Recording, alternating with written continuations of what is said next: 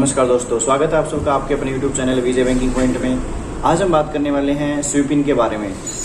आपने बहुत बार सुना होगा स्वीप इन के बारे में, वीडियोस में देखा होगा कि स्वीप इन हमें हमारे अकाउंट में लगवाना चाहिए।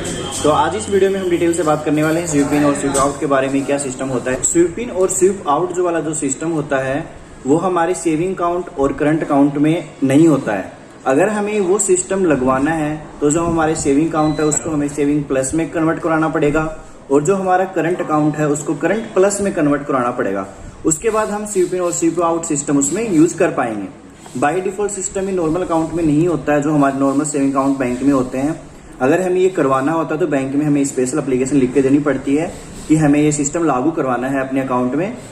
इसमें होगा क्या कि शाम को जब हमारे अकाउंट में जितना अमाउंट होगा उसकी एफडी बन जाएगी और जब हमें जरूरत होगी तो एफडी ऑटोमेटिक ब्रेक भी हो जाएगी। तो हमें एफडी बनवानी और ब्रेक करवानी अपने ऑटोमेटिक सिस्टम रहेगा, खुद से नहीं बनवानी पड़ेगी। लेकिन इसमें एक मिनिमम बैलेंस की रिक्वायरमेंट होती है।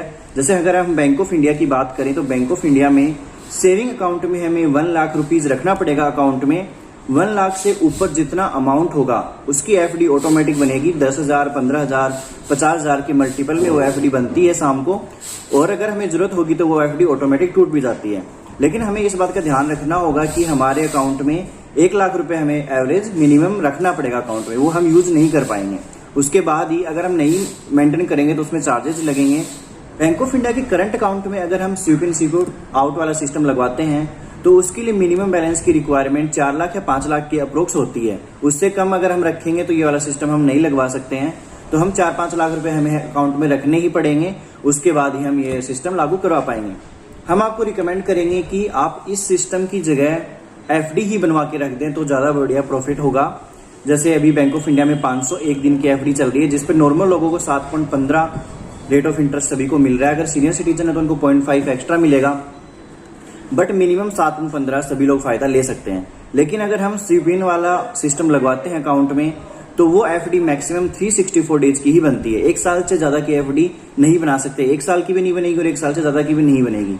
1 साल वाली एफडी पे अभी 6% ब्याज चल रहा है, लेकिन हमारी 1 साल से नीचे की एफडियां होती हैं स्वीप इन वाले सिस्टम में तो उस पर रेट ऑफ इंटरेस्ट 6% से भी कम होगा और हमें अकाउंट में बैलेंस भी मेंटेन करना पड़ेगा।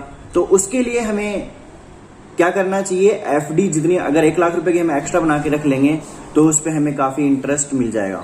अगर आपको इससे रिलेटेड कोई भी डाउट हो तो आप हमसे पूछ सकते हैं, वीडियो के नीचे कमेंट कर सकते हैं, हमसे टेलीग्राम पे या फेसबुक पे भी बात कर सकते हैं, हमें मेल भी कर सकते हैं। आप सारी डिटेल्स आपको डिस्क्रिप्शन में मिल जाएंगे। Thank you guys, thank you so much for watching.